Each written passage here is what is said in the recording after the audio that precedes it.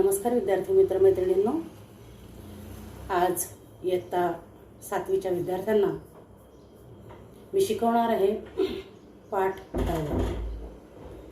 पाठाचे नाव आहे बाबांचं पत्र. या पाठाचे लेखक आहेत एकनाथ आव्हाड. एकनाथ आव्हाड हे आंबेडकर आणि फुले यांच्या विचारांना आत्मसात करणारे. एकनाथ आव्हाड यांचे वडील पोतराज होते. पोतराज म्हणजे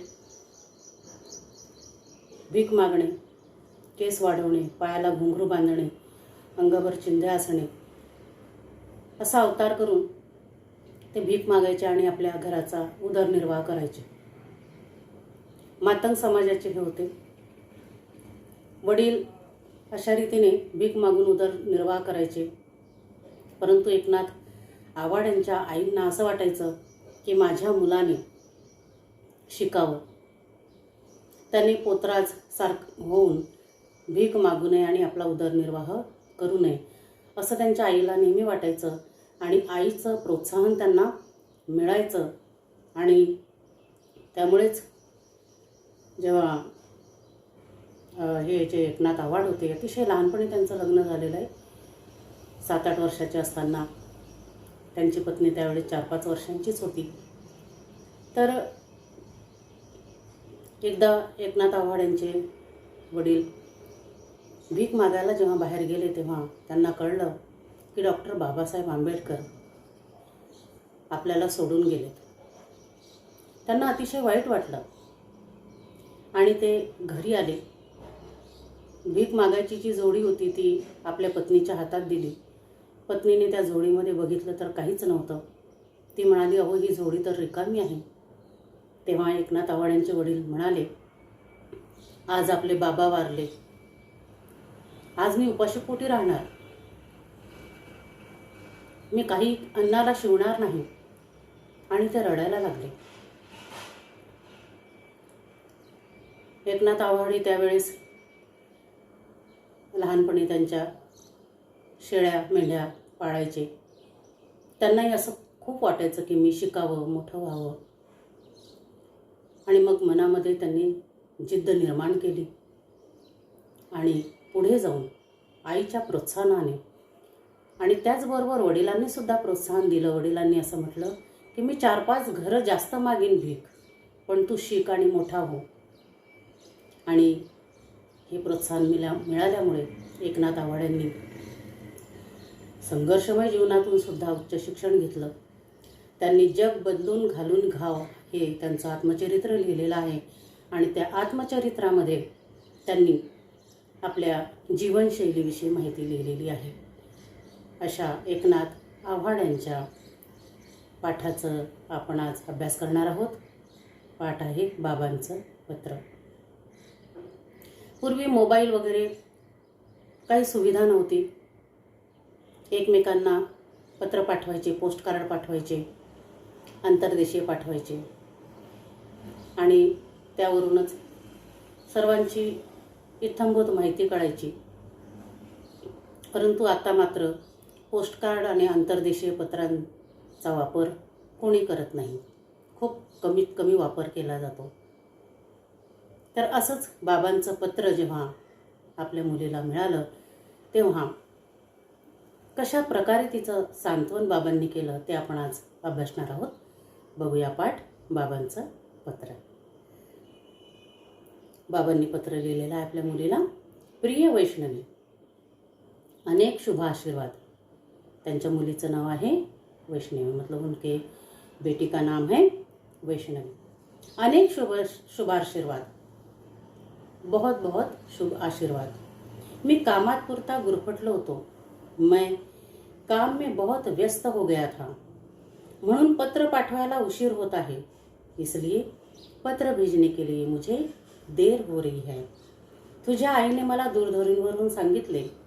तुम्हारी माँ ने मुझे फोन करके बताया कि तुला 6माहीचा गणिताचा पेपर खूपच कठीण गेला, कि तुझे फर्स्ट टर्म का मैथ का गणित का पेपर बहुत कठीण गया, म्हणून तू फार निराश झाली आहेस.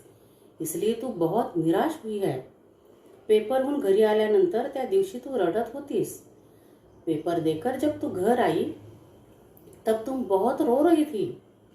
मला वाटलं दूरध्वनीवरून तुझ्याशी बोलण्यापेक्षा तुला पत्र लिहूनच तुझ्याशी हितगुज करावं. मुझे ऐसे लगा दूरध्वनि से बात करने से अच्छा है कि मैं तुम्हें खत लिखकर मन की बात तुम्हें बताऊं. हितगुज करना मतलब मन की बात बताना. म्हणून तुझ्यासाठी हे पत्र लिहित आहे. इसलिए मैं तुम्हें ये खत लिख रहा हूँ. अगं वैष्णवी, अरे बेटा वैष्णवी, गणिताचा पेपर कठीण गेला म्हणून गणितानंतर असलेल्या विषयांचे पेपर अवघडच जाणार असे होत नाही ना. अरे बेटा वैष्णवी, गणित का पेपर कठिन गया तो क्या हुआ? गणित के बाद में और भी जो पेपर है वो भी कठीण जाएंगे ऐसा तो नहीं होता. मग त्याच त्या गोष्टीचा विचार करत बसल्याने उरलेल्या पेपरवरही त्याचा विपरीत परिणाम होतो. फिर उसी पेपर के बारे में सोचने से जो बाकी बचे पेपर है उनके ऊपर भी विपरीत परिणाम होता है. अगं एखाद्या विषयात गुण कमी पडले तर याचा अर्थ आपण आयुष्यात अपयशी झालो असे नाही. बेटा, एकाध विषय में यदि कम अंक मिलते हैं तो हम हमारे आयुष्य में, हमारे जीवन में अपयशी हो गए ऐसा नहीं होता. तुला सांगतो, गणिताशी तू मैत्री कर. बेटा, मैं तुम्हें बता रहा हूँ कि तुम गणित से दोस्ती कर लो. मग बघ गम्मत या विषयाची. फिर देखना कैसे ये विषय तुम्हारे समझ में आता है. तुला मुळीच भीती वाटणार नाही. तुम्हें बिल्कुल डर नहीं लगेगा गणित विषय का. गणितातील संकल्पना, संबोध, क्रिया तू नीट समझाऊन घे. गणित की जो संकल्पनाएं हैं, संबोध है, क्रिया है, तू अच्छी तरह से समझ लेना. उदाहरणे सोडवण्याचा चांगला सराव कर और बार बार उदाहरण एग्जाम्पल लेकर उसको बार बार प्रैक्टिस करना. हा विषय लवकरच तुझा लाडका होईल, हे अगदी नक्की. यह विषय देखना बहुत जल्दी तुम्हारा लाडला विषय बनेगा, फेवरेट विषय बनेगा. बाळा, आणखी तुला सांगतो. बेटा, और मैं तुम्हें एक बताता हूँ. परीक्षेतील गुण किंवा श्रेणी महत्वाची आहेच. परीक्षे की जो गुण होते हैं, जो श्रेणी होती है, वो तो महत्व की है, पण त्याहीपेक्षा आपल्या आंतरिक गुणांची वाढ करणे अधिक महत्वाचे आहे. लेकिन उससे भी अपने अंदर जो गुण होते हैं उनको भी देखना चाहिए, उनको भी बढ़ावा मिलना चाहिए, उनके तरफ भी ध्यान देना चाहिए. जैसे कि हमारे अंदर बहुत सारे गुण होते हैं कि हम कविता कर सकते हैं, अच्छे से डांस कर सकते हैं, अच्छे से लेखन कर सकते हैं, है ना. तरह तरह के जो है सुंदर चित्र निकाल सकते हैं, कविताएं लिख सकते हैं. बहुत सारे गुण होते हैं, उसके तरफ भी हमने ध्यान देना चाहिए. तू गोष्टी छान सांगतेस बेटा, तुम कथाएं कहानियाँ बहुत अच्छी सुनाती हो, चित्र उत्तम काढतेस, तुम बहुत अच्छा चित्र निकालती हो, आणि सुंदर नृत्य करतेस और बड़ा सुंदर नृत्य भी करती है. हे सारं सुरू ठेव, ये भी सारा सुरू रख. तुझ्या आईने सांगितले की हल्ली तू याकडे फारसे लक्ष देत नाही. तुम्हारी माँ ने मुझे बताया कि तुम इसके तरफ ज़्यादा ध्यान नहीं देती. या कला अपने जीवन सुंदर करतात. हमारे अंदर जो कलाएं होती है वह अपना जीवन सुंदर बनाती है आणि आपलं व्यक्तिमत्वही फुलवतात. और कलाओं की वजह से हमारे अंदर जो कला गुण होते उनकी वजह से हमारा व्यक्तिमत्व भी फुलता है. त्यामुळे प्रत्येकाने एखादी तरह कला जोपासली पाहिजे. इसलिए हर एक ने एक तो भी कला जो है, हॉबी जो है रखनी चाहिए, छंद रखना चाहिए, शौक रखना चाहिए और उसको समय देना चाहिए. स्वतःमधील गुणांची वाढ करायला तुला अनेक संधी मिळतील. तुम्हारे अंदर जो कला गुण है उसको बढ़ाना है. बहुत सारी संधि जीवन में तुम्हें मिलेगी, त्यांचा तू पुरेपूर उपयोग करून घे. जब जब संधि मिलेगी तब तब अपने अंदर के कला गुणों को बढ़ावा देना है. बाबांनी सांगितलेले ऐकून त्याप्रमाणे तू वागशील याची मला खात्री आहे. मेरे पिताजी ने मुझे ये बताया है, इसलिए तुम मेरी बात सुनोगी और वैसे ही तुम करोगी. दिवाळीच्या सुट्टीत मी गावी येणार आहे. बेटा, दीपावली की जब छुट्टी होगी तब मैं गाँव आने वाला हूँ. मग अपन खूब खूब मज़ा करो. फिर हम बहुत बहुत मज़े करेंगे. दीपावली पे मज़े करते हो ना आप लोग भी? कैसे कैसे मज़े करते हो, है ना. पटाखे लेते हो, नए कपड़े लेते हो, बहुत सारी ढेर सारी मिठाई बनती है घर में.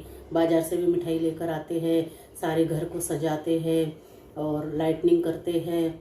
बहुत सारी घरों के आगे रंगोलियाँ निकालते हैं और एक दूसरे को शुभेच्छाएं देते हैं। हम बहुत मज़े करेंगे। किले बांधो, किले जो है बांधेंगे मिट्टी से। जो किला होता है शिवाजी महाराज का किला, मिट्टी से बांधते हैं।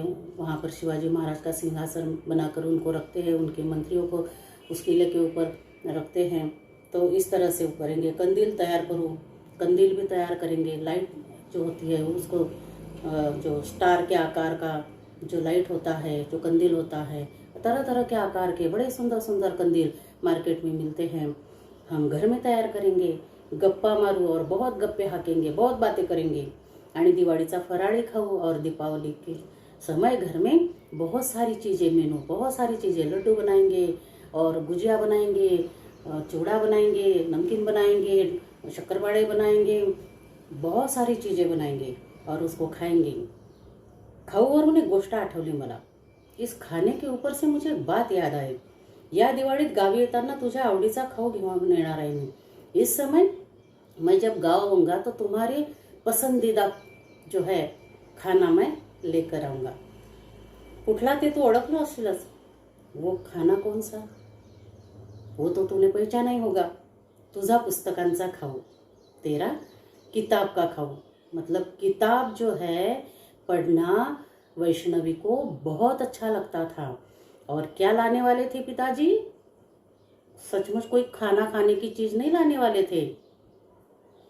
वह अपनी बेटी के लिए किताबें लेकर आने वाले थे, क्योंकि उसको वो बहुत पसंद है। खाने से भी ज़्यादा किताबें पढ़ना उसको बहुत पसंद है। गावी येताना मी तुझ्यासाठी गोष्टीची अनेक पुस्तके घेऊन येणार आहे।